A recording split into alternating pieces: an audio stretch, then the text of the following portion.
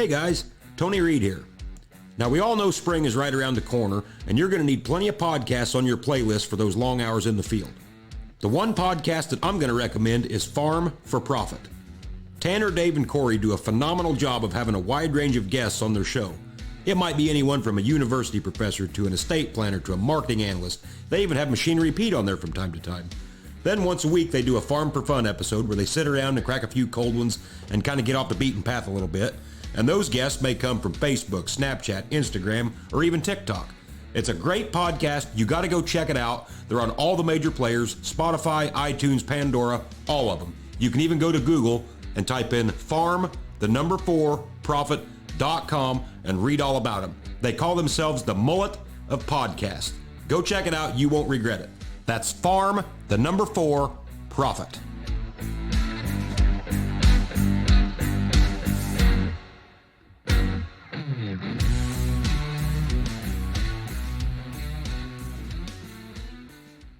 Hello folks, welcome back to the Straightforward Farming Podcast. I'm your host Tony Reed alongside Nick McCormick.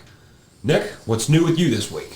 Oh, just, getting in the field here a little bit. And, I've had to try to dodge the snow for harvest a time or two maybe, and for fall tillage. Never really had to dodge it for spring planting, but this year's one for the ages already, I guess. It is, and it sucks even worse because we had 80-degree temps 2 weeks ago, and now it's back down into the 50s for highs and 30s for low, and you can't give it much credit. I was watching the Weather Channel this morning, which it's pretty broad, not near as good as your local forecast, but hell, they're showing 20 miles north of us all the way to Wisconsin, 3 to 5 inches of snow maybe this week. Yeah, it's crazy. We'll see if it materializes. I mean, God, I hope it don't, but it looks like, by the end of the week, it's going to be up to like 65. So, I mean, anything that happens ain't going to last, but still. Farming's a roller coaster up and down. It's like we didn't plant early there in that first stretch because it's supposed to rain a bunch on that Wednesday, and then we missed that. And it's like, well, we're not going to plant now because it's supposed to rain a bunch on that Saturday, and it didn't. And then it did rain some on Sunday. So it's like, oh, okay. Well, then, it comes forward. It's like, boy, well, we should have planted Monday and Tuesday. It's like, well, now that stuff's going to be coming up about the time the frost hits.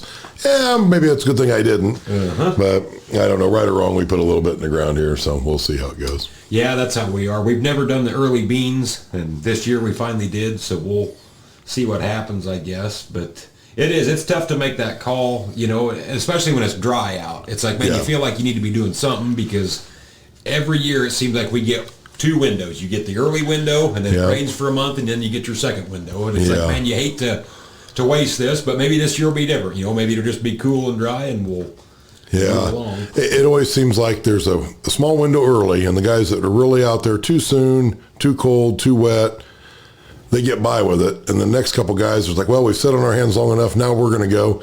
They're right on the front side of that pounding rain, and they get, and that seems to be where I'm always at. Yeah. So like, well, I shouldn't have done that, but oh well.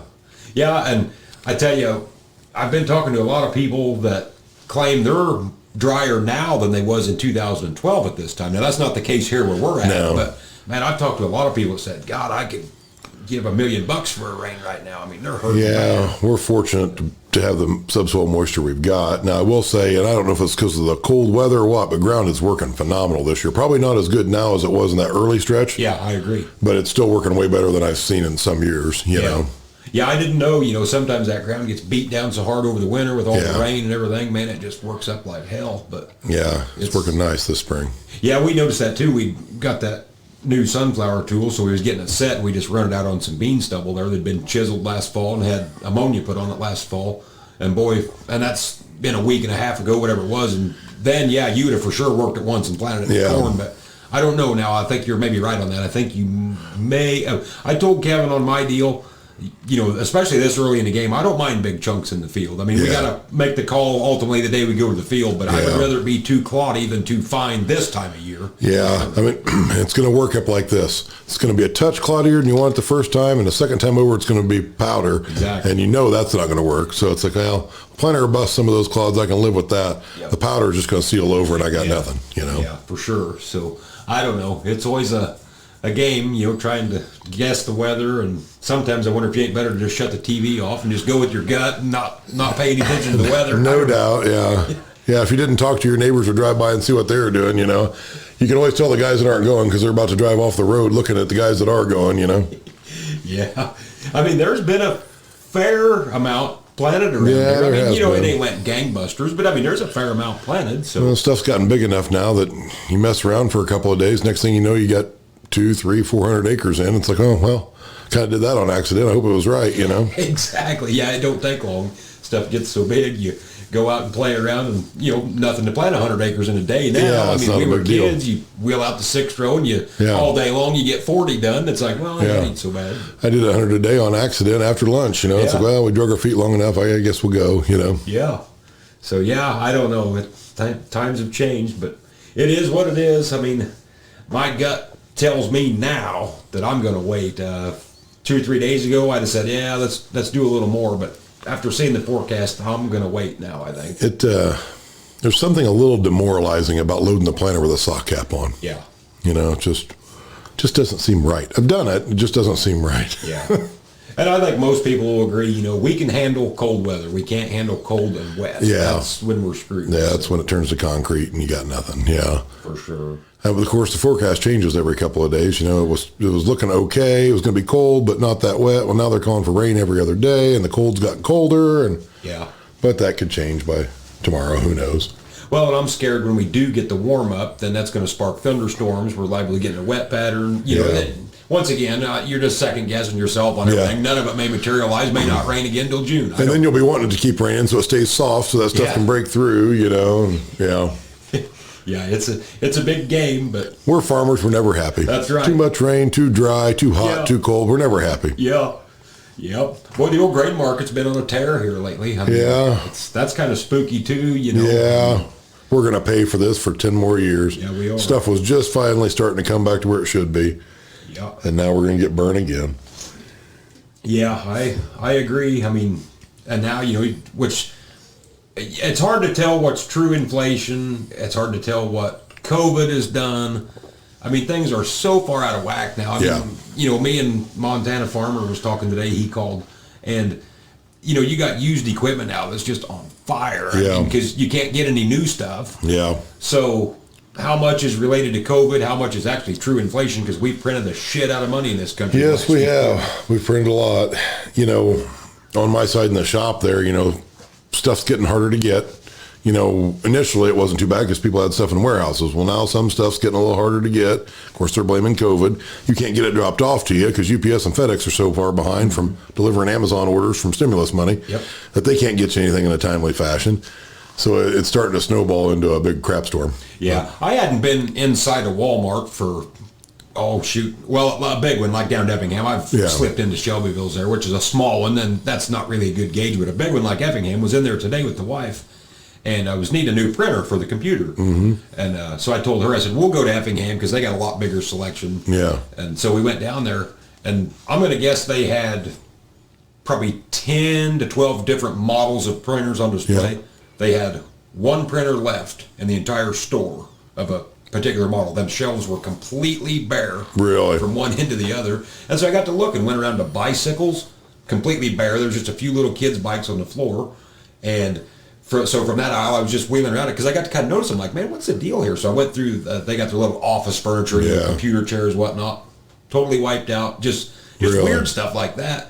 Which the wife made the point too. She said, "Well, it's Saturday. A lot of people do their shopping on Saturday." But I'm like, "Yeah, but I've never been in here when they wiped out every computer printer in the store." Right? Well, everybody's working from home now, though. So think how many people had to buy a printer that probably didn't have one before. Well, I'll just print that off at the office. Yeah, well, they're not going to the office anymore.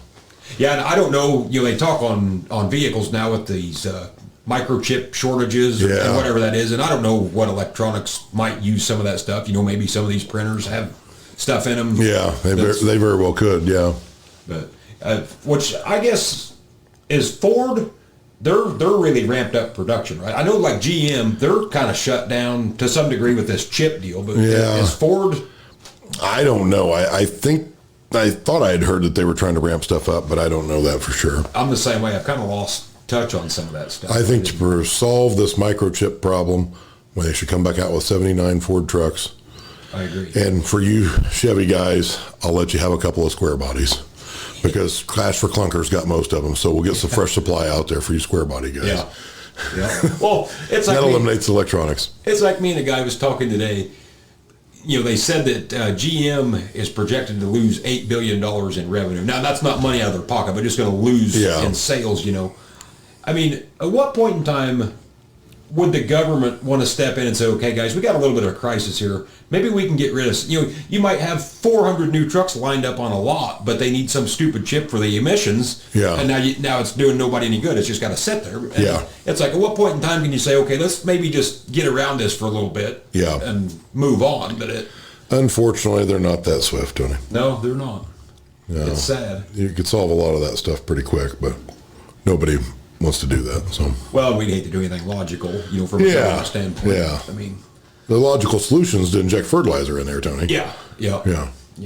I suppose you've seen my post with Earth Day coming up. Yeah, I was pretty excited about that. I'm trying to get a very good response. There's a lot of people saying I'm on board. I'm trying to get something going. I really wish I had the tractor ready to run. I'd fire that up for you, but I'll have to come up with something else. I got a few things. Yeah, and that whole thing is, it's not that I don't care about the planet. It's just for the fact that you're telling me that I'm killing myself and everybody else. It's a bunch of bullshit. So it'll be a good day to light a bonfire. Yeah, the day I see the people that are behind that, you know, walking, bicycling, etc., instead of flying around on jets telling me how I should behave, then I'll worry about it. Yeah, I'm the same way, for sure. Yeah, so I don't know. We've been getting some pretty good responses on the podcast. I mean, not to toot our own horn by any means, but I've got a lot of good positive feedback. Yeah, me too. Yeah, on it. Know some people's asked some questions, which I'm terrible about getting through some questions. I you know, and I don't mean it to sound weird. My account's so big, a lot of them comments and stuff, I just can't even get through. Yeah, you get tagged in so much stuff. I mean, I asked you that really early on. I'm like, how do you keep up with this? It's like, well, at some point in time you can't. No, you know, it's just it's overwhelming. Yeah, for sure. But I forget. I need to start writing some of them questions down, you know, just so I can go back. You know, the stuff that pertains to podcasts and stuff. Yeah. Yeah, I mean, I've got a few of them down and whatnot. A big one with the people have hit on a few times here, and I'd have to do a little more brushing up on some of this, but non-mainstream tractors, you know, we cover the deer and the Case IH stuff some, but, you know, they want to know a little bit more about non-mainstream stuff, I guess, which, you know, the Heston thing, I guess you and I took it for granted, like you said, because they were around here, but I've got literally hundreds of comments of people that didn't know that Heston even made tractors, so I don't know. I suppose there's a lot of that off-brand stuff that people don't even know about. You know? I guess. Like you say, we just took it for granted. You guys had a dealership. Well, I mean, you didn't have Facebook and stuff back then. Right. It's all these different social media platforms. So I suppose if you didn't have you didn't have Tractor House to get on and look through. Yeah. You know. Sure. So. Yeah. Yeah, we'll have to cover some of that. I mean, I know some about a lot of those different ones, but I'm far from an expert on some of them too. So. Well, I'm the same way. You know, around here, you know, there's few farmers got Alice Chalmers and Oliver and different stuff, and I know just enough about them to be dangerous. I mean, I can't tell you any history about them, which ones were, well, to me they were all bad, but which ones were good and bad. Yeah. You know, I can't. I mean, all those companies, whether it's Alice, Oliver, whoever, all your old school companies, all had their bright spot, you know, or their one shining idea that was pretty decent. Yeah. You know, it didn't necessarily translate into an entire product line that was good, but there was a feature or two of that tractor that, you know, was nice. Yeah, for sure. But I don't know how anybody, though, could have ever sat on a WDAC and said, man, this is nice. I can't wait till the next model comes out. They were the most crude, awkward, offset to one side piece of shit I've ever been on in my life. We had a D14 with a belly moor, and I hated that tractor with a passion. Hated that thing. The gear shift was underneath the seat, so the lever light come out in front of you. I was not a fan. We had an Oliver 88 before that, or 77, I think, with a belly moor, and to mow the lots and stuff. And somebody come along, of course, Dad sold it. I actually liked that thing a fair amount better than that D14. The only thing the D14 had is it set low. Yeah. So you have to worry about tipping it over, but one of those little tractors with a belly moor, you're stuck anyway. Yeah. So if you get near anything, you're stuck because the mower waste is about 1.25 inches off the ground, and for sure, there you are, hung up. Yep. Around here, when we were kids, nobody had Ford tractors. I mean, there might have been an 8N tucked away in a shed, but you know, I'm talking like a 7,000. Yeah, very, very few. But actually, they made a comeback as we got older, a lot of New Holland. Yeah, a lot of New tractors. Holland stuff. But yeah, there was hardly any Fords around. Very, very few. I mean, it was a rarity if you saw one. Yeah, it was. I mean, it was always just some little podunk piddly utility tractor. It was never anything in the field. But now there's a fair amount of blue ones running around. Yeah, there is a fair amount of them now. Which, I mean, the Genesis was a good tractor when it came out.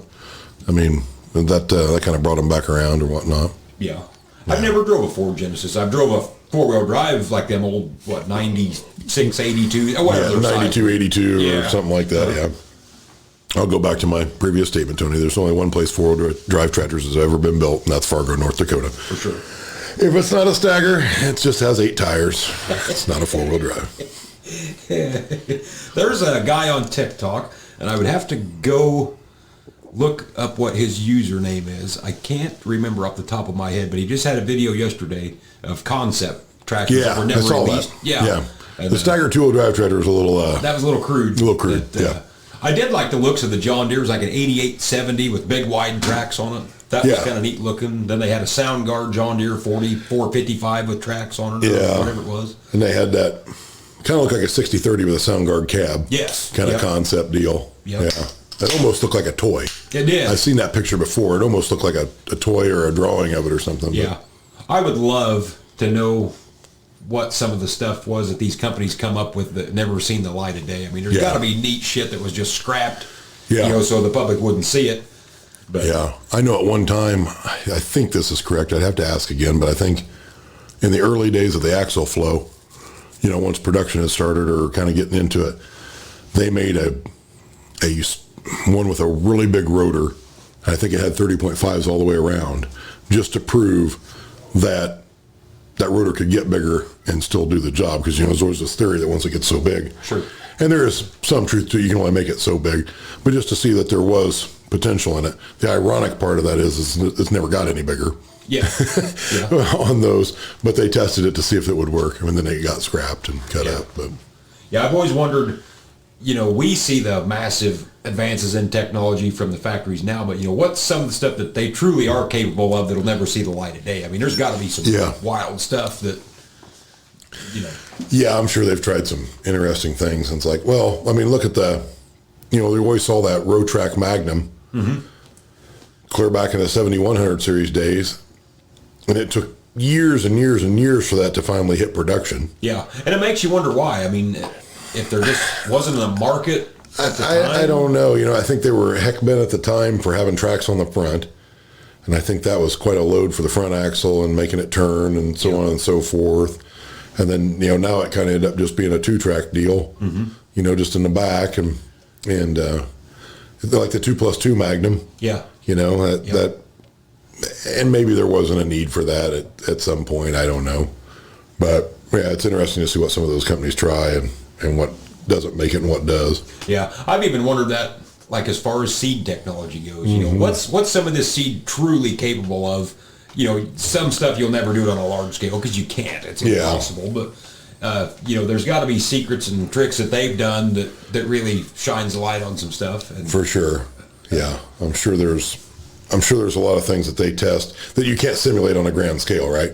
Like. For instance, you and I've talked about before, light management on soybeans. If you could regulate the light, what can you do? Yeah. I know they've played with that, and they can get some phenomenal yields out of it. But how are you going to control the light on your field? Yeah, exactly. That you can do it on a spot the size of this room with a couple light towers, yes, but you're not going to do it on a 80-acre scale. Yeah. Yeah. Yeah, that I've always wondered that, and I've even wondered it in the automotive industry, because about the time you think, man, I don't know if this thing could really get any nicer, they come out with something else that you hadn't thought of. It's like, holy cow. They got people just thinking shit up. Yeah, exactly. And you got a room full of people of them thinking shit up, and a room of people backing them up. Yeah, a little Armageddon for you, but it does make you wonder. It's like when we were kids, it's like power windows. Yeah. Holy cow, you don't have to crank the window, and it's like now all this thing massages your back. It's got air-conditioned seats. You can blow your farts right up to your face. It's got heated seats. I mean, you're good to go in 7 directions. Yeah. It's like, I just didn't want to have to crank the windows anymore, but okay. Yeah. It's funny, if you go to YouTube, you can Google up, like old car commercials, and I mean, that's their big selling point, power locks, power windows, and air conditioning, because we were kids. That's a question you would legitimately ask somebody who got air conditioning. That's true, yeah. It might have been an add-on. Yeah, we'll just put these vent down here, and it's got this separate kit, yeah. Yeah. I wish they would have never done away with the wing windows. I did like the wing window. I tell you, that was nice. You could move a lot of air through a vehicle. You could. If you locked your keys in there, you could usually pick that deal. Of course, you always had the one guy that rode with you that always wanted to click the wing window, and you had to slap him and be like, hey, you're going to wear that out. Quit clicking that. Yeah. But I don't know, when did they do away with that? Like the mid-90s? Ford got away from it and when they went to the new Super Duty, the 99. Okay, 99? Yeah. I'll be darned. Which there was no 98 Super Duty or, big truck. So Yeah. 97 was your last one with the wing window. Yeah, I'll be darned. Yeah. 98, you had the famed light duty 3/4 ton there for a little bit. Not a wise purchase. But, yeah, the wing window was good. We got the old state truck, we haul rock and stuff with. That doesn't have air conditioning. You're going to want to open those wing windows on a hot day. Yeah. That thing's got a great heater and really bad air conditioning. Yeah. It works pretty good in the winter, but it ain't very good in the summer. Yeah. Yep. That's back when pickup trucks were cool, though. Were trucks, the 70s and 80s, them were neat trucks. I mean, Yeah. they look cool. As much as the power window thing was a big deal, those first power windows sucked. It's like those motors lasted like 3 times. It's like, oh, motor's bad. Yeah. Take the door panel off. Let's work on that. It didn't matter Ford, GM, Dodge. I mean, they all were crap. It's like, oh, you're going to work on that tomorrow, Now, some of our younger listeners probably won't remember this, but like when we were a kid, let's just say, we're just say the mid-'80s, if your mom and dad, grandpa, grandma, whatever, it didn't matter if they bought a car, like a Buick, a Bonneville, Pontiac, whatever. There was more ashtrays in that son of a bitch than anything. There was ashtrays in the back, on the seats, in the front. You had ashtrays galore in them cars. Yeah. Yeah, if you didn't smoke, you kept fuses in there. Yeah. There was always a pack of fuses in every tractor's ashtray, or something, which I always found funny because tractors didn't have that many fuses to begin with, but we got a pack of them in here, there, wherever. Yeah, you're right.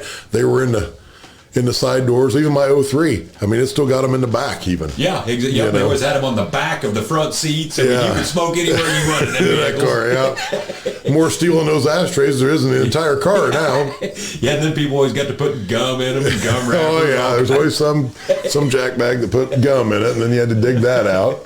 But hell, I think as far as tractors, it would have been the 8,000, probably the 8010 series Deere was about the last factory ashtrays, which they were labeled right on the ashtray, no smoking, you know what I mean? Yeah. But now the new ones, I mean, they ain't got nothing. I mean.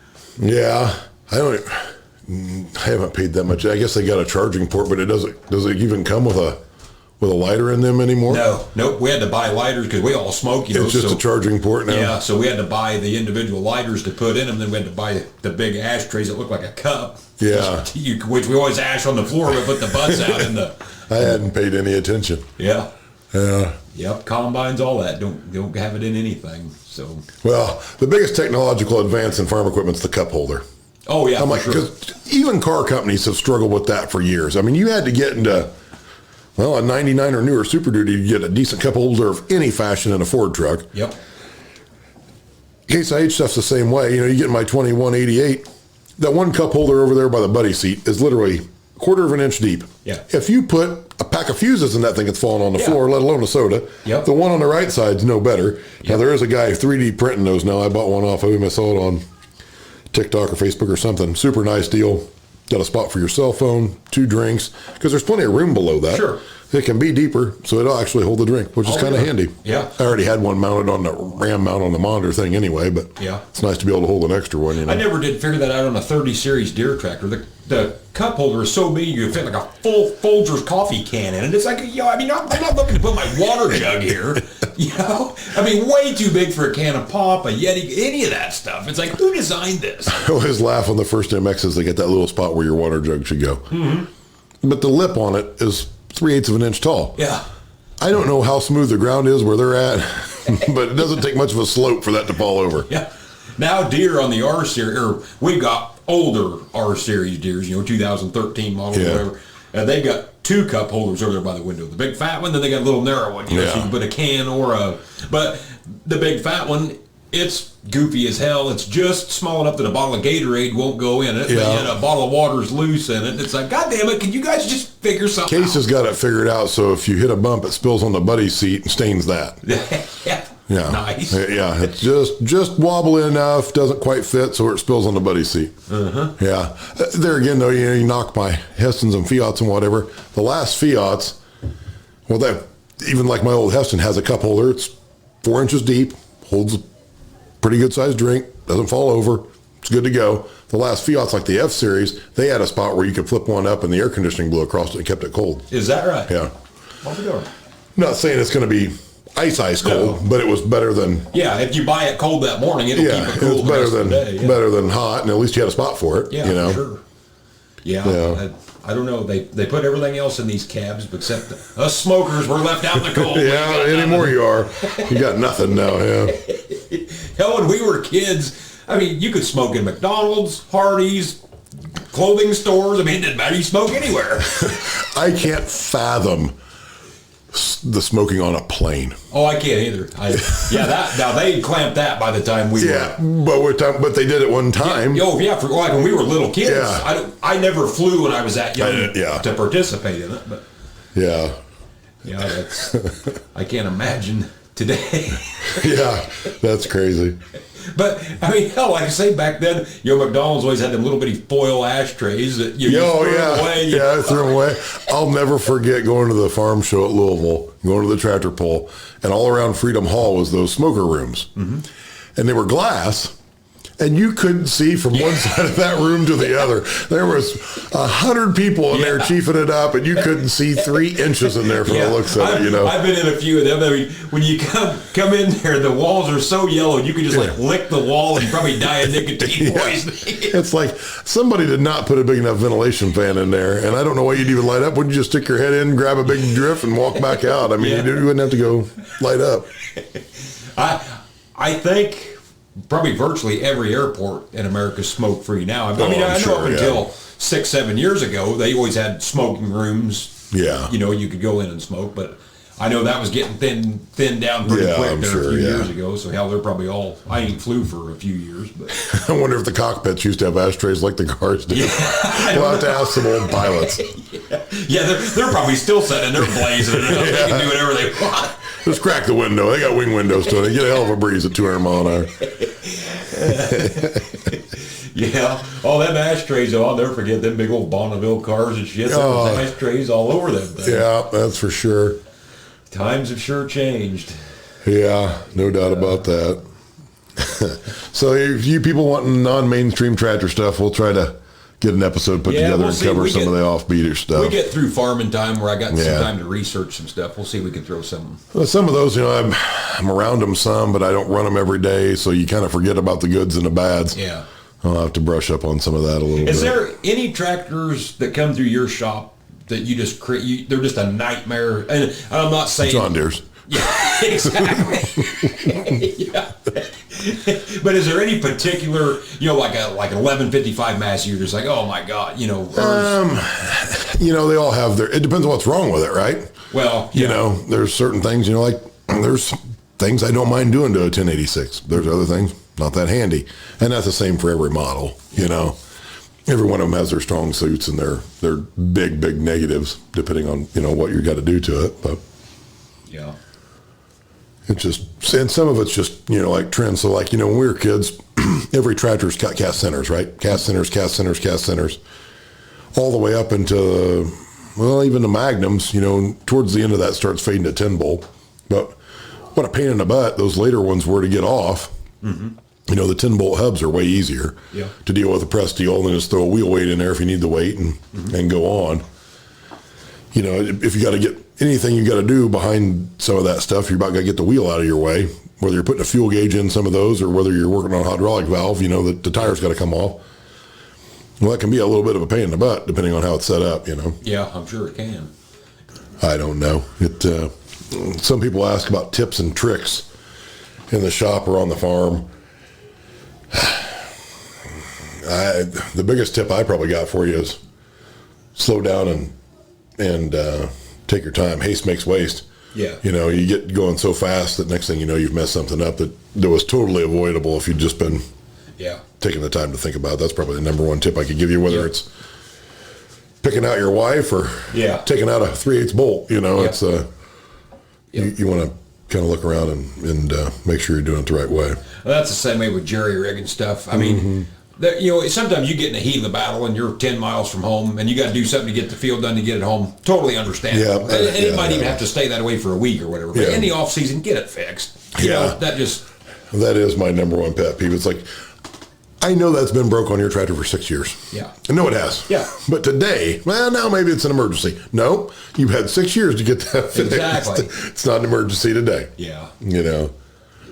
Yeah, there's a lot of that. I mean, and some of that stuff is small stuff. I am always amazed that some of the things that get broke in a tractor. It's like, what are you doing in your cab to bust out this, that, or the other? Like, I've been a fair amount of hours in a tractor. Never once just randomly tore a speaker out. Just exactly. Didn't tear the speaker out of the cab. You're just going through the field one day and the radio's just not loud enough for you, and you get mad at it, punch. I don't get it. Random plastic pieces that get broken in the cab or whatever. I'm always amazed by that. Stuff happens and there's certain situations, whatever. But I see some stuff tore up in these cabs, and I'm like, now you had to work at that. Like, that had to be your goal for the day. It's like, I'm going to break this something or another, and then I'm going home for the day. The higher, the guy will be mad at me and send me home. That has to be your goal. Yeah, you're right.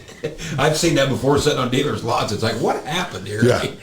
What happened? I don't get it. And some of the stuff. And then why didn't you fix it after the fact? Sure. I'm always baffled by that a little bit. Yeah. I realize, something can be set in somewhere, it gets backed into or whatever, sheet metal injury or whatever.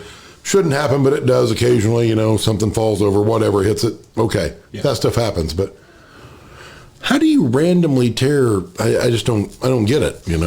I just don't get it. Yeah, and that's the bad part too with all the plastic inside these cans. Yeah. Somebody will, they're trying to run a wire for one of their 9,000 monitors, so they're taking this big piece of plastic off and they busted it and they just... I always get a chuckle out of it. Yep, got this 3 wires running through the back window. We didn't use the convenient little spot that Case IH or Deere, whoever, put in the corner of that to run your cables through. Now we'll just run through the window. Because the other was so far away, or, whatever. Yeah. Always a little bit bumfoozled by that myself, too. It's like, the cable just wasn't long enough. Saving the wire. Yeah. People are different, I tell you. Some guys do stuff that just makes me cringe when I see it, and I don't know. Not to go back down the engineer path, but, hooking different stuff up and stuff, whatnot. It's like, think they ever hooked anything to this, or that seemed like a handy spot for it. Like my brother and I always laughed. At one time we had a really nice 3688, a 5288, and something else. And it's like they all had 3 valves. One of them had 1 on one side and 2 on the other. The other one had 2 on one side and 1 on the other. And the electrical plug conveniently was located partially behind the top valve on both models. It's like you had to go out of your way to partially block that. Right. Did you ever think about hooking something up to that? It's like a 1066. Got that little electrical plug. I have never seen the male plug for that. As far as I'm concerned, that plug doesn't exist. I have never seen that plugged into anything in my entire life. Don't even know what the plug would look like. I've never seen one. There's a female receptacle there. Nothing fits it. But it does make you wonder if they ever hooked it to anything, tried to, operator ease. Well, it couldn't hook it to a hell of a lot. It only had the one fuse, and it was already maxed out with the lights. So here's a question, if you talk about engineers. On your grain cart, when it's in the field, do you put the auger down every time or do you leave it up? My brother leaves it up. He runs the cart. He leaves it up. Okay, we leave ours up too, but not saying it's right or wrong. I know that can cause a humongous debate. I don't mind the auger up thing. What does annoy me, though, is when I'm opening the field up, we haven't got the cart full yet, and he's already got the auger up. I'm like, right. Wait till we get some room. Wait till we get some space, and you're not full. You don't have to get the auger out just yet. Right. But okay, when you edge a field in a tractor, go along the edge, do you edge with the right side or the left side? Usually edge with the right. I do too. I always edge with the right. Yeah. So to me, why didn't we put grain cart augers on the right-hand side? You're trying to fill trucks and you're over here reaching for all this shit, looking over the opposite shoulder, clear back behind you. So they actually make one now. I think they just come out with one. Elmer's something like that. Yep. Yeah. What irritates me is it doesn't seem to matter however I set it up. The tarp's always on the wrong side of the truck, so you got to look over the tarp so you can't see in the hopper unless you're loading the wrong way, And I don't know why truck drivers always want you to load the back. They always want to be directing. It's like, dude, I haven't put anything in you yet. Yeah. I've got 800 bushel on the cart. You got a 1,000 bushel trailer. I don't need directions. I can just put it in there. It'll be fine. Yeah. But they always want you to back up, pull forward, back up, pull forward. How about I just start here? Yeah. And I drive to the other end. I'll put it all on there. You go ahead and take it on. Well, nowadays with all these electric tarps, why can't we figure out a way to make them bi-directional?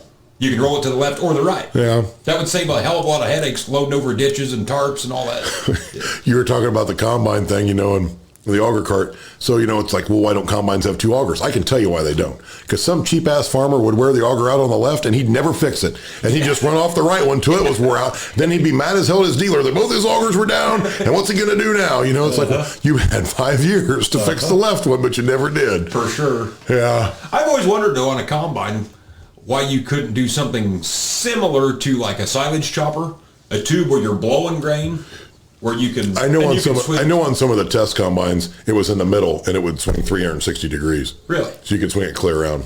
Which I get it now because heads are so big, the auger has to be so long. Yeah. You know what I mean? You kind of. Yeah. But I don't know. Yeah. I don't know. The grain cart thing is quite the argument on up or down where you put it, but.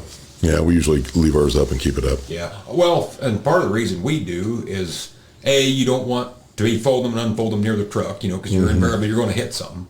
But that's a great big auger with a fairly small cylinder. Yeah. And how many people do you know that's actually going to physically stop, let it all the way up or down, and then take off? No, they're going to be driving, bouncing through the field while it's half up or half down. Yeah, and then that coupler's not lined up, and then it bangs, and I get that. Yeah. Because I really, it over centers so much and it's so heavy. I honestly don't think it's hurting much. Now, I'm no engineer, but, we're not running 20 mile an hour across the field with ours either. So no, it should be fine up. I'll like it up. But that can cause a major debate on certain forums. I've seen guys about come to blows over that deal. Yeah, no doubt. It's a heated topic. And the funny part is all those guys that are doing that are usually the combine operator. They're not even running the cart. So, yeah. I don't care as long as the grain makes it from the cart to the truck, however they want to do it. Combine auger, it depends on where we're at and how good the corn is. I always put it in.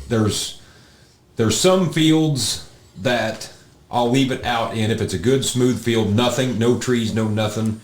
And if it's good corn, because our cart won't, the auger has to be fully out on the combine. If the guy's pulling up and the auger's only half out while it's swinging out, he'll hit it. So there's times I'll leave it out, which I know probably ain't the right thing to do. I always put it in for one, so it's not. On the newer ones, they're probably more robust, but on the older ones, it really wasn't meant to be out. Especially if you couldn't get empty the last time. Yeah. Then I definitely put it in. Yeah. But I always put it in because if I flip it out, that means, hey, get your butt over here. Yeah. I'm full. I'm not hollering at you on the radio. You should be watching. The auger's out. I want somebody underneath it. Yep. So I always fold it back in. I would say I fold mine in 75, 80% of the time, but there's a few instances where I'll leave it out. So that can cause another shit story. Yeah, no doubt. No doubt. My brother and I always joke, it's like, I wouldn't want to rock that switch down. It's too much work. It's not like you got to get out and kick it in like it's a 715 or a 4400. You can do it from the cab. It's not that hard. Mm-hmm. Yeah. Yeah. Yeah, there was something I was going to say on that dumping in the truck thing. I can't remember what it is now. One of my pet peeves on that, but I don't remember what it was. But how cool would that be for these tarp companies? Make the tarp go either way. I don't know how. They don't even have to do that for me, Tony. I want them to take one feature from the grain cart company. Grain carts, or at least my grain cart, has cables instead of the little straps that support your tarp. How come they don't do that on semis? Nope. We've got a vintage 1981 ratchet strap on there that flaps every time grain hits it and sprays it all over the ground. Yeah. And we've probably got two of them, and we got it spaced just small enough you can't dump in between it. Yep. How about cables so they don't sit there and flutter and blow the grain out? Or I guess on a tarp, you wouldn't even have to go bi-directional. Make it come clear off of the side that it rolls to instead of setting up on the ledge. Make so you can see over it. Yeah, make it come on down 6 inches on the side. I don't know. I'm not an engineer. I'm sure somebody will tell me that that's the dumbest thing they've ever heard of, and you can't do it because of X, Y, Z. But I think if we can put a man on the moon, we can figure out how to get tarps out of our way. Yeah, how to get the tarp out of your way. Make him roll front to back. I don't care what you do. Like a dump truck. Yeah. Yeah, there you go. Now you're on to something. Mm-hmm. Just drive slow. You don't have to tarp it, Tony. Yeah, exactly. Oh, good times. It is. No doubt. The other questions I got a couple of times was people who influenced us, which, I mean, obviously for me would be my father. Yeah, I mean, I don't. That's kind of different for me. I don't know that I really had anybody that necessarily influenced me. It was just something that I always wanted to do. So I kind of looked up to everybody who did it. You know, I mean, obviously your grandpa would have been a big influence on you, though. He would have, I guess. But I don't know. I don't know. I don't know. I mean, both sides of my family farmed, so pretty much everybody involved in that, from my uncle and my cousin to both grandpas. We had a neighbor down the road who I was really close with that was always super, super good to me. You know, and then, of course, my dad, my brother, you know, growing up with them, whatever, just always farmed, and that just always wanted to do it, you know, and I just didn't really even question not doing it. That's kind of how I question not doing it now. But as a kid, when all you're going to do is run the machinery, you don't have to pay any of the bills. You're like, oh, this is the greatest job ever. I'm sitting out here on a cabless tractor on a 104-degree day, cultivating. This is awesome.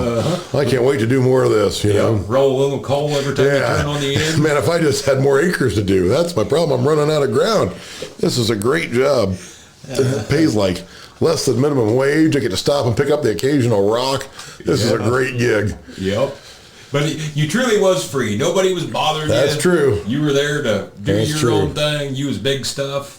I was just talking cultivating with a buddy of mine the other day. You know, my brother would always wave at me when he wanted me to change the radio station, because I had a 1468 that I cultivated with for a while. Well, that thing was so loud I couldn't hear the radio setting on it, but he could hear the radio clearer than I could, you know, 24 rows away or whatever. So he'd wave eventually and change the station. I'm tired of listening to this one or whatever. Them old Fender radios, they weren't much, I tell you. Well, the tractors were so loud you couldn't hear the radio. I mean, like I said, 2 miles over you could hear it. You couldn't have heard a fucking AC/DC concert over half the machinery I run. They expect this little tiny radio to... Yeah. What would have been better would have been headphones. Yeah. And those had headphone jacks, but nobody carried a set of headphones with them. They didn't. Which would have been beneficial. No. We had a 4010 diesel with a straight pipe and a turbo on it, and a radio that was, I mean, it was a step grade above a Walkman. I mean, you were gonna hear nothing over that. Yeah, I hear you there. Another thing Heston had was the Premier radio with the CB mic that plugged right into it. It has a CB built right in it. What? So you could breaker it right there from the tractor. It's all built in one unit. Fact. Hell, I never even knew they had such. Digital display even for your channels. All your controls were on the mic. Are you serious? I'm serious. I'll have to dig one out and see if I still got one around there. It was so awesome, in fact, that my dad even went back in the day. That's what he had in the Jeep. Is that right? Yeah, it was pretty cool, actually. I didn't know they could do such. Yeah, the radio was just a normal size radio. Yeah. And I think there was another little box that it was kind of built into it. So it was, you know, a little bit bigger than a normal radio, but it would fit in a normal radio spot. But you had to kind of tuck that in there. Then your mic just plugged right into the deal and you're good to go. It would come through your radio then. No kidding. So you could actually hear it instead of just garbled up. Yeah, nothing. It was pretty neat. What year is that tractor, your Heston? 85, I think. 85. I'd have to look. I don't remember now. I looked that up at one time. You'd have been hard-pressed to find any tractor back then with a factory digital radio. A lot of them the radio wasn't digital. It was knobs. But the channel up and down on the mic was on the mic. Oh, okay. No kidding. Yeah. Well, I have never heard of such. Well, I probably still have one around there. Ours doesn't have that in there. It's got the original radio, but it doesn't have the CB package, which is fine because I didn't really need the CB package. But now, if you ran that on the grain cart, you could talk. I could talk to. Yeah, exactly. Yes, I could see what's going on at the pickle park. Yeah, you could and advise them accordingly. Yep, let them know there's a full grown coming up behind them. No doubt. Then they want to be talking to me about how they want me to load the cart. Because one thing I've learned about truck drivers is a trailer will not be square unless you back up. Apparently, they don't just follow the truck in forward motion. You have to back up at least once or they're not square. Maybe it's like Scooby-Doo. You always got to back up before you take off. Yeah, there you go. Might be the same thing. And they always want to get out there and wave you and tell you which way to pull forward. Yeah. We got it. It's okay. You can stay in the cab. Well, it always killed me too, loading out of the field, is they'd always tell you pile here, whatever, and you load it to 86,000 and they're fine with it. It's like, well, did it really matter at this point? Well, the other thing that cracks me up is like, my cart has scales. Yeah. Won't you just tell me how much you want? Yeah. And I'll get her on there.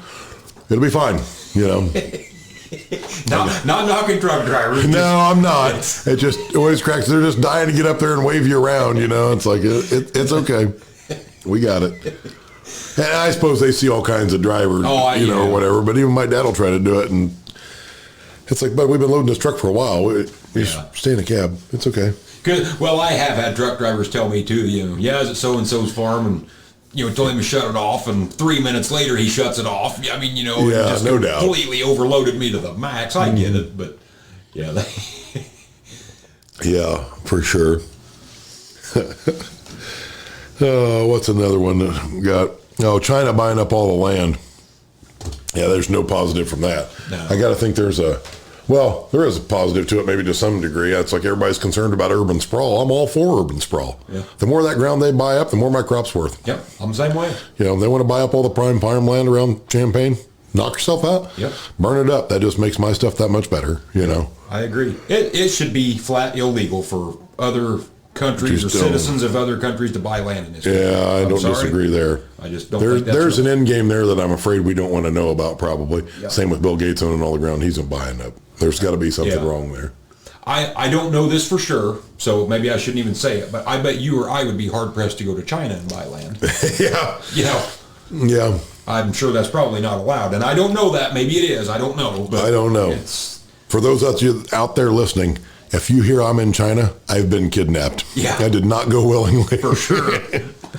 I did not do that on my own free will, so come get me.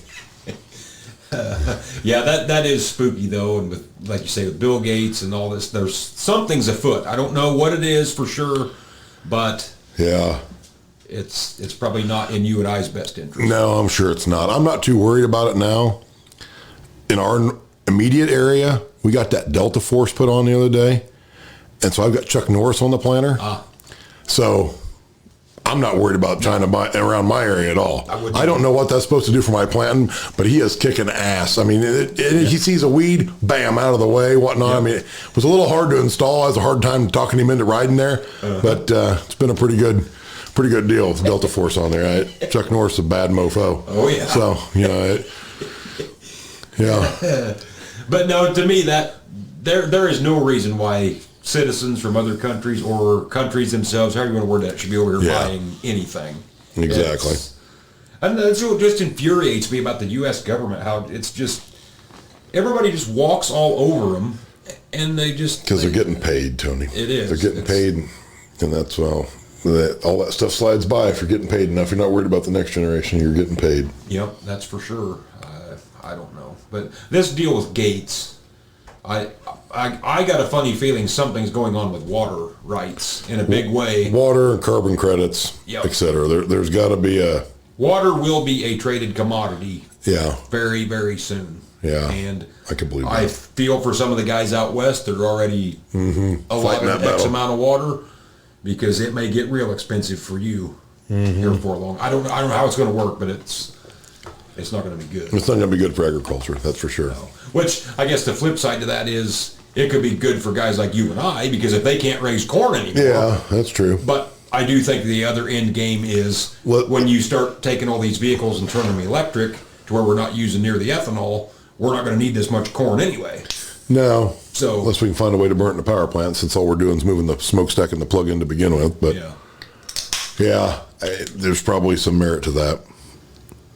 Yeah. And I mean, realistically, this is going to sound harsh, and I don't mean it this way, so please don't take offense to this, but they're raising corn in a lot of areas now. I'm not going to say that they shouldn't be. That when you and I were kids was unheard of. You didn't raise corn in North Dakota when we were kids. I mean, I know somebody's going to chime in. We've been raising corn for 40 years. That you're missing the point on this. I'm just saying there's corn raised in hell. When corn got high, there was a lot of skeptical land that got converted to corn acres that wouldn't have ever been corn acres in previous. For sure. Some of that cattle pasture and wherever, well, really shouldn't farm it, but we're going to. Right. Right. It's no different. I mean, they raise corn in Arizona even. Yeah. But you have to have water. I mean, that's the end game on it. And well, let's just say part of the new farm program is no irrigation. Yeah. Let's just say, I'm just throwing that out there as an example. That takes a lot of acres out of production on a lot of crops. Oh, for sure. In a big hurry. Yeah. Pretty much anything west of Kansas is done. Yeah. In a sense, Yeah. Well, even certain factors of Illinois. Yeah. Are over. So I'm not saying they should do that. I don't want a bunch of hate mail on people saying I said they should do that. But let's just say that was part of the deal, or highly regulated or whatever. That takes a lot of change to make that work. It does.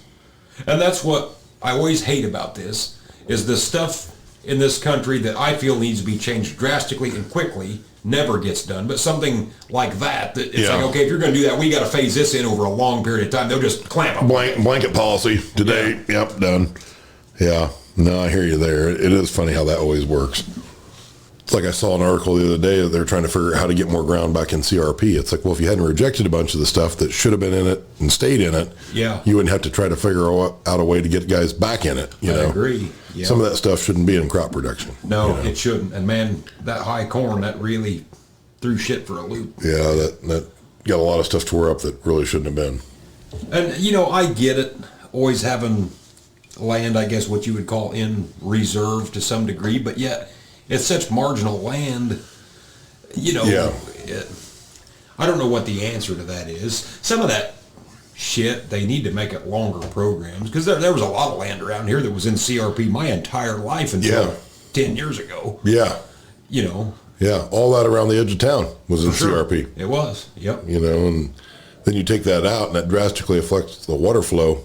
Yep. On how stuff runs off and this, that, and the other. And that's good enough land. It really didn't have to be in CRP. Yeah. It was in there for other reasons, but yeah. And some of that too, why can't they try to put some common sense behind some of that, as far as, okay, if this piece of land was in CRP for 20 years and the price of corn got high and you took it out, why can't you just immediately put it back in? They always got this deal, well, you got to farm it for 3 years and this and that. Always some loophole in it. Yeah. The one thing I've really probably noticed more than anything off of TikTok is, things are very regional specific, right? So the way we do things here might not work 15 miles from here, 20 miles from here, 200 miles from here. Every place is doing their own little thing because that's what works for them. Well, then we get these blanket policies that, cover this, cover that. This is how we're doing it. Well, that's the right policy for like 4% of what they're doing. Yeah. The other 96, that's not the right policy. Yep. Once again, I think it comes back to your senator that's greasing palms, or has been in Congress for 40 years. Yeah. And he's on the ag committee, and and he owns 500 acres and he wants this program. And his brother-in-law farms 20,000 acres, and and there's a lot of goofy stuff out there. I know at one time they had a program. It's like you put a board in your water tank so raccoons and squirrels and possums and stuff could crawl back out if they fell in them. That was X number of dollars. It's like, really? Somebody gonna pay somebody for that? Okay. I guess whatever. Well, and here's the part that we couldn't get over at work is we got a piece of ground that we farm. It is absolute shit. It's a giant clay hillside. It's HEL, so we have to no-till it, brush all the way around it. Just some of the shittiest soil money could buy. Got a big seep out in it. You got to farm around it. It is a fucked up farm. But when you go to put it in CRP or whatever, it goes off a soil type. Yeah. So it's a farm that truly needs to be in CRP and shouldn't be farmed, but they were going to pay $82 an acre to put it in CRP. It's like, to me, that's completely backwards. Though you can take a flat black square 80, and it's like, well, we'll give you $230. It's like, well, that ground should be farmed. That's good farm ground. Yeah. But the stuff that shouldn't be farmed, it's like, well, now, so that's almost encouraging you to keep farming it when you shouldn't be, because I can't make nothing off of CRP, so... I've always thought the same thing about property taxes. You get this guy that's got an old farmhouse that's starting to fall in. They won't do anything with it. It's growing up in weeds, whatever. Taxes on it or nothing. You got a guy that's actually trying to take care of his property, re-sides it, re-roofs it, fixes the driveway, whatever. We're going to raise his taxes. Should be the other way around. Yeah. Encourage that guy to fix that place up and make it into something, and don't penalize the guy that's keeping his property up, because he spent the money and paid the sales tax on some materials to make it that way. It's typical government. Punish the working guy. It's always backwards. Yeah. Yeah, they don't put no common sense in anything. And I'm not going down the political road. That's No. not what we're here for, but No. it gets aggravating. You know, these policies that they make, there's no rhyme or reason to any of it. And I don't know. No, that's for sure. Like I said, and I get that they have to do some sort of blanket deal. But that, like I said, that doesn't work in every area. Right. For what they're trying to do, and they're always late to the game, right? So their policy is based on 2 or 3 years prior to that commodity prices, which doesn't reflect current day trends because they're always a little bit behind. And then by the time they get back around, and it's always flip flopped on how it should be. Yeah, that's no different than the subsidy programs, and we're not going to go down this road of love them, hate them, shouldn't get them, whatever. But you take your ARC, PLC, and all this. They make some dipshit, stupid-ass formula, and so you really don't know when it's going to trigger or how it can even trigger. Why can't they just make it simple? If corn gets below $3.85 a bushel, we're going to give you $10, and whatever your formula wants to be. But this stupid shit of figure this times that. Remember the LDP deal? Oh, it was, yeah. The more corn you raise, the more we're going to pay you. Yeah. So the guys that got good crops get money. The guys that don't have a crop, well, you ain't getting shit. Yeah. Isn't that backwards of the way that program was designed to work, And then we got people, dropping stuff off at 2 a.m, so it's there by the deadline, and it's, a whole big nightmare, yeah. I mean, this is the same government that tells you and I that you need to go paperless and do all this other shit to save the planet. I mean, you've been in your local FSA office lately, they got 9,000 fucking filing cabinets of shit that don't amount to nothing because you got to sign your name 400 times. Yeah. It just...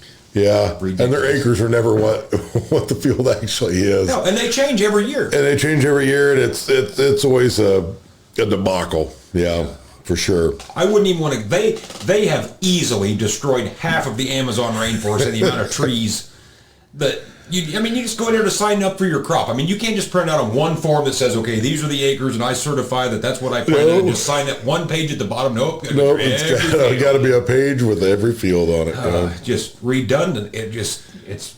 I don't know how they ever find anything. There is more filing cabinets in there, like you say, and paper, and it's a large paper trail.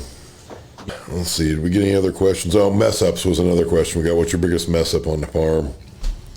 I haven't had any huge catastrophic ones. Yeah, I will be the first. I haven't either. Knock on wood. One of the ones that scared me the most, and wasn't my fault, but I remember I was pulling 2 wagons to town and down an old dirt road, and I was not going fast. Just cruising along real slow and easy because the road was pretty rough, and the front axle broke on the wagon and dumped the wagon. So I got it unhooked, and I turned the tractor around, and I wasn't super old. I was like 14, 15 maybe. Went wheeling back down to the farm, pulled up next to Dad in the combine. Kind of took him by surprise for a second. And I'm like, hey, I got a problem, Well, it turned out it had been cracked for a while, and we didn't notice it. You could tell it was rusty or whatever. But that one probably scared me the most because I happened to be looking back right when it happened. Yep.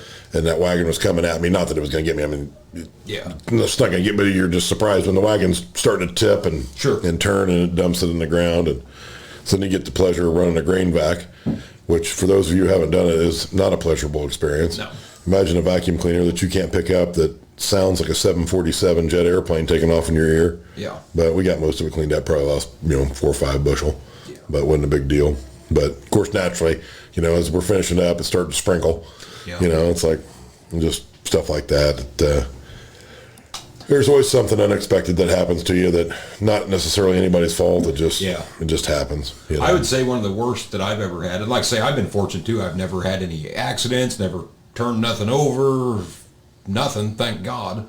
But probably one of the, and it wasn't even that bad, was a year or two after I started working for Kevin. Down in the river bottom, there was a tile hole.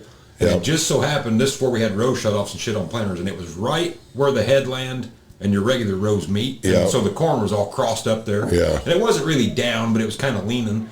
And so thank God I was just creeping along. Hell, I probably wasn't going 2-3 mile an hour creeping through there, and there was a giant tile, and there just wasn't no way to see it because it wasn't there when I planted. I mean, you're not, you just one thing you don't think about. I mean, exactly. And run off in that son of a bitch. I mean, it was bad enough. I had the unloading all right. I had just got done dumping on the grain cart, and luckily he was not under me. But when it went down on the left side, and I would say the unloading auger, the spout on the unloading auger was probably 8 to 10 inches off the ground. I mean, it was clear down in there, because it all went on one side. It does always amaze me how a little bit of a bump in the field can really move that auger a lot. Yeah. Next thing you know, you got it stuck in the grain cart, and how you can get it out. Yeah. But that scares the shit out of you when you're rolling along, and all at once it just goes Caves completely away. down like that. Yeah. And so no big deal. I mean, we just, I don't even know if we had to unhook the grain cart, just wrapped a chain on it. And I mean, it come right out. It wasn't and luckily the corn had caught it too, from really, I mean, didn't tear anything up at all.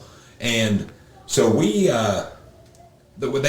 dug, so it's right there on the Kaskaskia Riverbank. The tile's 13 feet deep there. No kidding. Yep, and there's all kinds of sand. They had to stair step it when we replaced the tile because it was caving in, And so we replaced it, and it was a year or two later, for whatever reason, that come back. We laid a new tile in. I don't remember how that story went down, but it showed up again, and that time the co-op hit it with a sprayer and totaled the sprayer. Really? I mean, it like to threw that guy out the windshield. I bet. Well, they was a little bit pissed at us for it. It's like, well, fuck, I didn't know it was there. I mean, Yeah, no doubt, right? But yeah, I mean, he come down through there, and I mean, of course, he was running 10, 12 mile an hour when he hit it. And I mean, I bet. Skinny tire went right down. Yeah, sure enough, it twisted the frame. Yeah, I think it was a 4710 John Deere. But, They weren't out much then. yeah. But that's probably the closest bad call I've ever had. I've just been very fortunate. I mean, knock on wood, I've been pretty lucky there too. But man, I've seen some guys have some doozies. I mean, Yeah, as busy as traffic is on the highways anymore and whatnot, it's a wonder there isn't more accidents on the road. Yeah. You know. I remember, it's been 10, 12 years ago now, a farmer north of us running 2 grain carts. It was dirty that fall, and they met with their augers out. Yeah. Tore them both off. Dueling augers. Uh-huh. Yeah. Who will win? The Yeah. parts salesman. That's who wins that one. Yeah. Yeah. The welder. Yeah. Been several old timers, hit telephone poles with combine augers. Remember when we were kids and there was like a ritual Massey combine burning every year? Oh, for sure. Because everybody had a 510 or a 750 or something. Yep. And one of those burnt every year. Yep. Religiously. They did. You just plan on it. It's like, well, harvest is about over. Somebody's going to burn. Yep, there it is. Yep. I don't know why those things were always so fire prone, but it seemed like one of those caught fire every year. Yeah, they did. I tell you, about every person that I've ever talked to that's owned one had it on fire at some point in time. May not have lost the whole machine, but it had a fire on it. Yeah. I've been fortunate there. I've never had a combine fire. Thank God, never.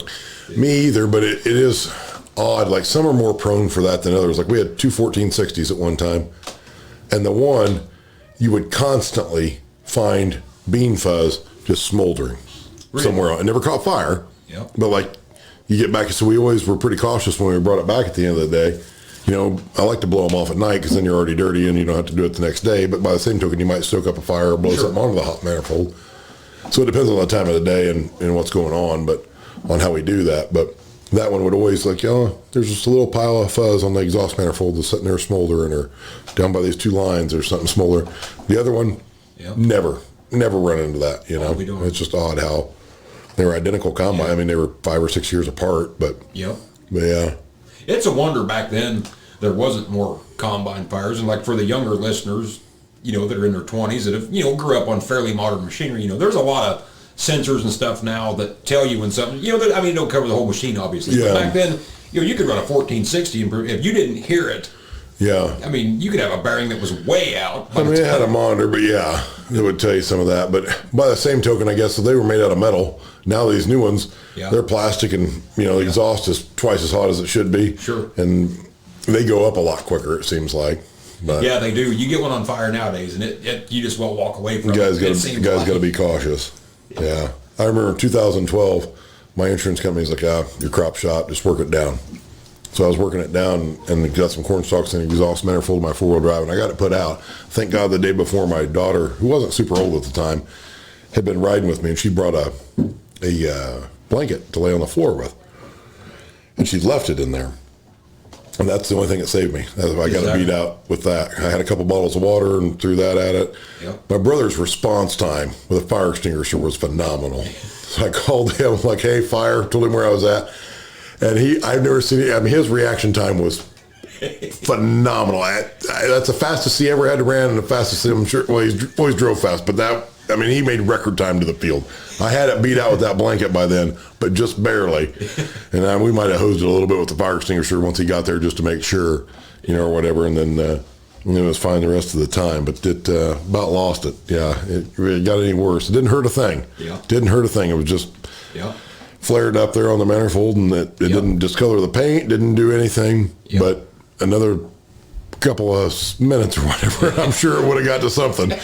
Something there was going to burn.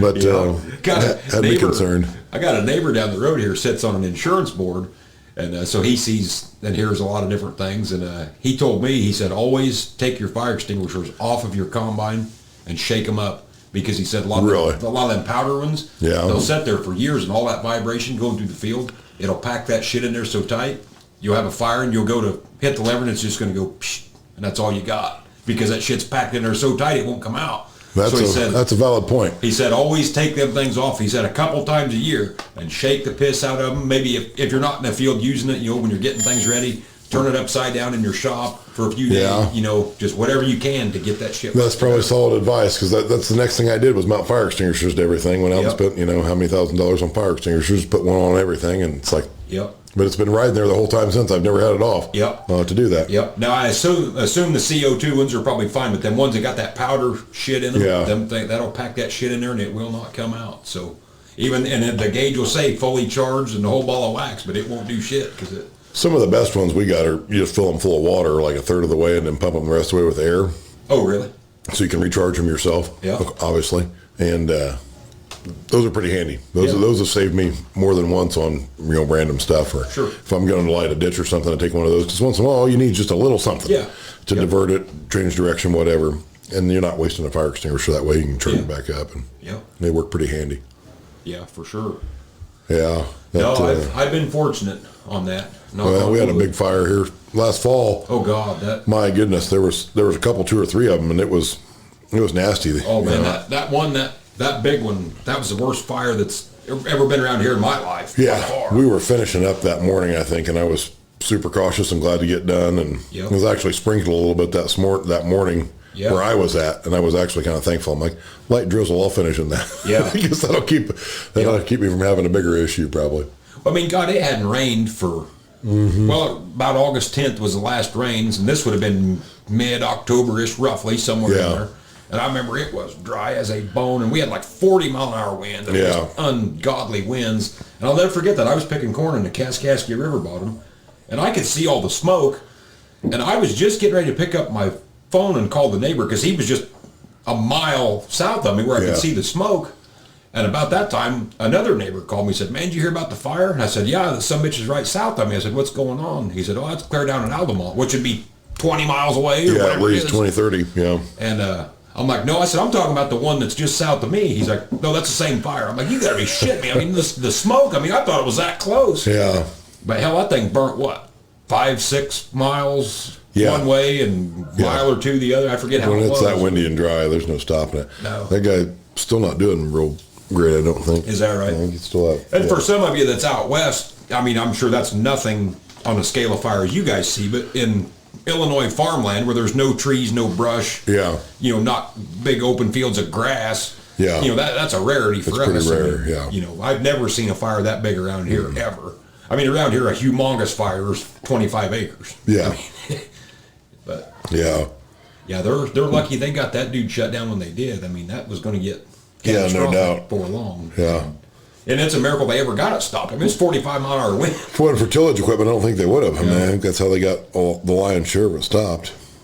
Yeah. Yeah. I think somebody was telling me like the air filters in those tractors were, basically on fire and smoked, and I'll bet. Some of the cabs permanently smell like campfire now. And yeah. Well, and that's the thing in wind like that.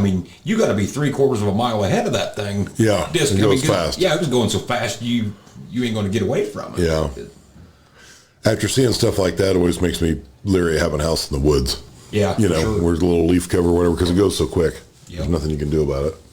Yeah. No, I hope we don't ever see that again. That was a bad doubt. deal. And that all started, a combine fire? Yeah, I think so. It just got out of hand? Yeah. No doubt. I know we even contemplated just stopping for a few, because Yeah. you were picking into the wind one way, and then the wind was up your ass the other way. It's like, man, you get corn stalks and shit blowing up in this combine, and you get a fire, you're gonna have a fucking mess. Yeah, fast. Yeah. I saw one on TikTok the other day. It was a cotton picker, and the hopper was on fire. So he just dumped it. Got to the end of the field and dumped the fire out, basically. And it looked like the machine was fine or good, or he was still moving. Of course, then the video ended. We got 60 seconds, but it looked like he got rid of all the fire. All he did. But I'm sure it would go fast too. I would imagine cotton burns quick. Yeah. I was always told when I cut wheat out west, I thought it was sunflowers. I think they're real oily. And boy, them things can make it, can cause a hell of a combine. You can't get it out. Once it starts, it's nasty. Yeah, I could see that. Well, once again, looks like we've just about covered everything under the sun, I guess. We've made full We always circle. seem to circle back around. We do. Like a damn stray dog. Yeah, we just keep coming back. As long as somebody's feeding us, we just keep coming back around. Yep. But no, I hope everybody has a good, safe planting season this year. If you ever get started, I mean, it's around here, it ain't really wound up too tight yet, but No. that'll change any day. God, you can plant a lot of corn in no time now. Yeah, you can be wrong fast if you want to be. Yeah. Was that 2019, the year that's really, really wet? Nationwide, we went from like 0% to like 28% planted in a week. I mean, it was an ungodly amount. Yeah, I can believe that. Yeah. I know one of those years when we did it all in 2 or 2.5 days, basically, corn and beans both, I worked ground all day, and my brother planted corn, and I planted beans all night and started again the next day. Yeah. Yeah, it don't take long. We can get her in a hurry. Yeah. Things have sure changed. That's what I told my brother. I'm like, I really wanted to. I think I can do it all in 24 hours, but run nonstop. Yeah. No breakdowns. I think I can all get done in 24 hours. Yeah. And if all the ground's ready to go, I can be 100% wrong or 100% right all in the same day. Yep. One or the other. That's what I keep saying on our stuff that's already planted now. I mean, we'll know in, 6 or 8 months or maybe 2 weeks. Yeah, you never know. Yeah, could be one or the other. Yeah. You tell me when it's going to rain later on in the summer, I'll tell you how you're going to be if it comes out of the ground in time. For sure. Yep. So, well, we're going to cut her off here.